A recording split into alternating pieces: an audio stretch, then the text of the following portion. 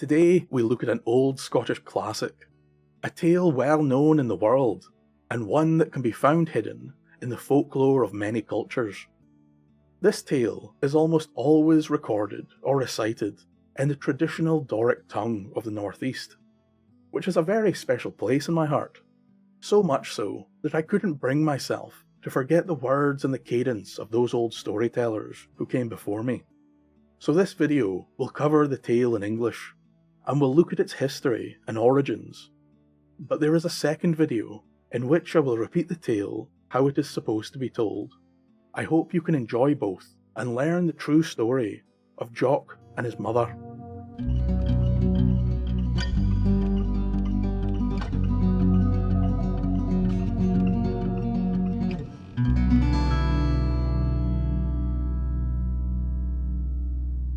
Many years ago in Scotland, there was a mother who had a son. The boy was named Jock, and as he grew, it quickly became apparent that he was a very idle boy, slow to work and slower to help.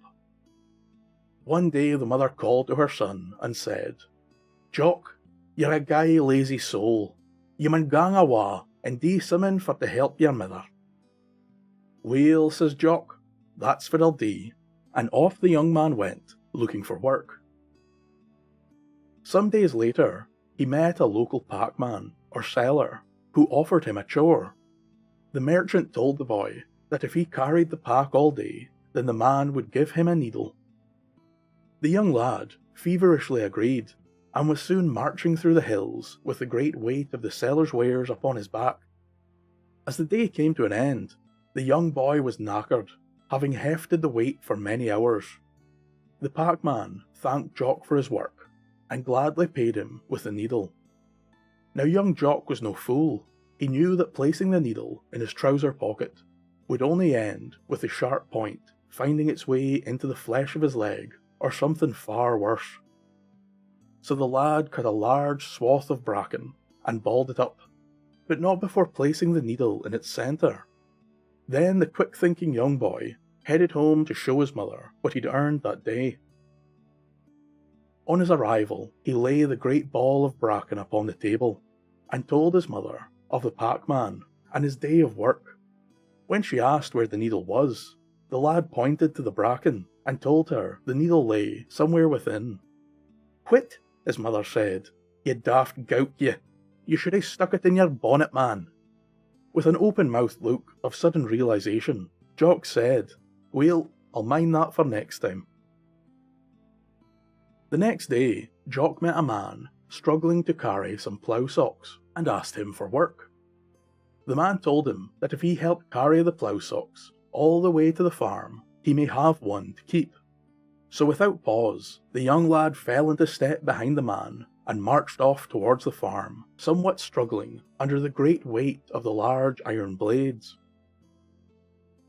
With the task complete, the young man was given a plough sock. But knowing it would not fit in any of his pockets, the lad decided to use his head, quite literally in this case, as Jock stuck the plough sock in his bonnet and headed home. But for the poor man it had been a long day, and the ploughs were very heavy. This had given the lad a great thirst, and so he quickly found a barn and stooped down to take a drink, forgetting the weight upon his head.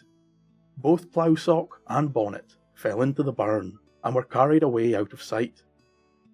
When the lad eventually returned home, his mother asked, "Well, Jock, what have you been doing a day?" And he told her all that had happened. "Whit," she said, with a look of dismay, "you should have tied a bit of string to it, and hailed it ahen ye." Jock, with a somewhat exasperated look, called back, "Well, I'll mind that for next time." Next the young lad meets a butcher, and once more asks for employment. The man says that if he will assist him this day, then he will gain a leg of mutton in payment. At the end of the day, Jock finds that the mutton will not fit in his pocket, and so decides to put it in his bonnet. But then the lad remembers what his mother told him, and also that he no longer had a bonnet. So he takes some string and ties it to the mutton, trailing it behind him all the way home. As he enters the house, his mother sees the dirt-covered, tattered meat dragging behind the boy, and calls, "Fit in hell have you been doing this time?" Jock tells her of the butcher and his plan to bring the mutton home. "Oh, you great fool," she says. "You should have carried it on your shudder." "Well," Jock said, "I'll mind that for next time." The lad heads out on the next morning and comes across a horse dealer who tells him, "If you help me with my horses a day, then I'll gie you een to yoursel at night." The boy quickly agreed and spent the day feeding, brushing and cleaning the horses. Then as the night fell, the dealer, true to his word, gave Jock a young horse. Now, not wanting to waste his time with all these other methods, Jock thought that he will do exactly as his mother told him. So with Herculean effort, the young lad tried to heave the horse up on his shoulder. But alas, the beast was far too heavy. Eventually the boy gave up and left the horse by the roadside as he headed home. "How can onybody be so daft?" his mother said upon hearing his tale. "You should have loped up on its back and ridden it home." Jock replied with his usual, "Well, I'll mind that for next time." On the next morning, Jock met a cowman who offered the boy some work. If he will help the man herd the cows and bring them in to be milked, he will be paid with a cow of his very own. As always, the enthusiastic Jock quickly set about his work. Now, we must take a small detour from our tale at this point, so that I can tell you about a very wealthy laird and his troubles. Near the very village where Jock and his mother live, there is the estate house of a noble laird, who has a young daughter. This poor girl has always been subject to much melancholy. No matter how her father tried, he could not find a way to make the young woman laugh or smile.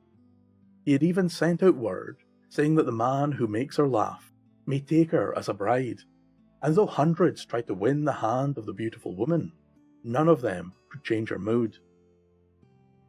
But on this very day, the sad daughter was sat staring out of a window when she saw a wild sight. A young lad riding atop a furious cow.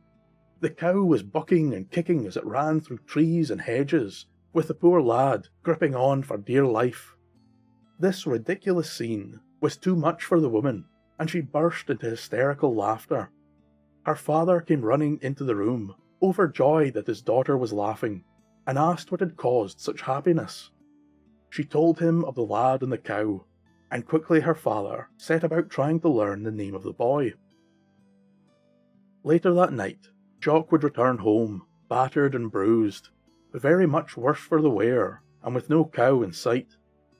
As his mother was scolding him for losing the cow, there was a sharp knock at the door, and outside stood a well-dressed retainer of the laird. He told the pair of the young woman, and that Jock was invited to the manor house to marry his bride. Both the lad and his mother were delighted at the idea, and with great haste they washed and dressed before following the messenger up to the large house. In his mother's eyes, Jock had finally achieved something, and his foolish nature seemed to have paid great dividends. That very evening, Jock and the daughter were married, and both families celebrated with a grand feast. Within the splendour of food that now lay before him, Jock found a jar of honey, and soon decided it was the greatest thing he had ever tasted, and finished the whole jar. After the meal, everyone went off to bed, except the old priest who had married the pair that afternoon. He had fallen asleep sitting by a great stone fireplace. During the night, young Jock woke up, and was filled with a ravenous hunger for honey. He gently shoves his new bride, and asks, "Is there ony mair of that gran honey we haen for supper last night?" "Oh aye," she says. "If you rise and gang to the press, there you'll get a pig fu' it." Jock scarpered down the stair and into the kitchen. There he went to the press and found the honey pig. Lifting it from the shelf, he thrust his hand within and closed his fist around the honey. But as the lad went to remove his fistful of honey, he quickly found his hand was stuck fast. With a sudden wash of panic, Jock flew back up the stairs and called to his wife, "I canna get my hand out the honey pig, it's stuck." "Ah, ye daft gowk," she said, still half asleep. going a wan bracket on a cheek stain of the fireplace. By this time, the fire had burned out, and all that was left were the glittering embers. Jock walked through the dark, and stood near the red and yellow sparks he knew were in the fireplace. Then with a great swing, he launched his arm and the honey pig straight into the old priest's face. The pig smashed, fragments flew everywhere, then the priest jumped up, covered in blood and honey. "Murder! Murder! He tried to kill me!" Jock, filled with panic and horror, ran from the fireside and leapt from the nearest window, landing roughly on the grass outside. The young man kept running till he happened upon the bee skeps, where hunger dominated his mind, and solving two problems at once, he climbed inside one of the skeps and hid there while filling himself full of the wonderful honey. As the hours went on, the sugar-filled lad fell asleep with the bees. But this was not Jock's day. You see, as he lay beneath the skep sleeping, a group of thieves approached the bees. They were there to steal not only the honey, but the skeps as well. A great grey plaid was thrown over the 3 skeps, and they were all bundled together, and Jock with them. As the thieves made their great escape with the stolen skeps, they came upon the very barn Jock had lost his bonnet in, and while crossing, one of the thieves found it. "Oh, here lads, I've found a bonnet in the barn," the thief called, and at hearing this, Jock knew that the bonnet in the barn could be only his own. "That's my bonnet," the lad called from within the sack. The men stood in shock, hearing this voice in the dark as if from nowhere. Perhaps this bonnet belonged to the she, or was a trick by the devil. They did not mean to find out. The men quickly dropped both the bundled plaid and the bonnet back into the barn and ran for their lives. Unfortunately for our poor Jock, he could not free himself from the plaid, and would drown in the burn along with the bees, never to be heard from again. Although I like to believe he went out the way he wanted, covered in honey. Thank you for listening, and a special thank you to my wonderful patrons for allowing me to keep these tales alive. I really enjoy this tale. Jock and his adventures always bring me a smile or a laugh. This story has been told in Scotland for many years now, but similar tales can be found in multiple other countries and cultures. You can see concepts and ideas from this tale in many of the Jack tales in European folklore, and the sad daughter and the hilarious sight is found in tales such as the Golden Goose in Germany, the Unsmiling Serena in Russia, and How Tim Won the Princess, an old Irish tale. But it would seem impossible to find the origin of these tales, or which one came first. Most can be dated back hundreds of years, perhaps even further if we consider the oral history of folk tales in Europe. And it is very interesting to me that these common threads are interwoven throughout many cultures, and it's a phenomenon that I would love to investigate one day. There is one version of this tale that I think is particularly interesting, as it is near identical to the Scottish version, but found just across the border in England, where they tell of Lazy Jack and his many jobs. The jobs and surrounding are of course very different, but the core of the tale is mostly intact. Up until the ending, that is. You see, in the English version, the young woman laughs at Jack trying to carry a donkey home. The woman and Jack are soon married, and the boy's struggles are rewarded as they live happily ever after.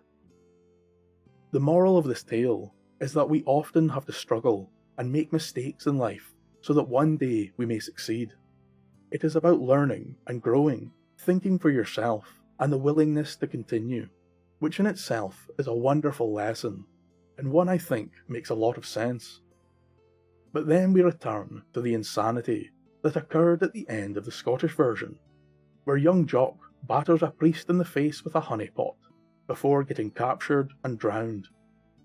This seems to suggest that it doesn't matter how hard you try, what's for you, I'll nae ging by you.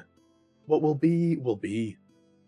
But I do not believe that this seemingly bleak and unfortunate end to the tale is a cause for sadness or doubt. To me, Scotland and its people have always had a dark, sometimes wicked sense of humour, and this addition to the tale is a very fitting end for a Scottish story. Although its roots may have come from European folklore, the old storytellers of Scotland certainly made it their own, especially if you read the tale in the old Doric in which it was written. But until next time, I wish yous all the best, and fativer ye do, dinna batter a priest wi' a honey pig. Slán je va.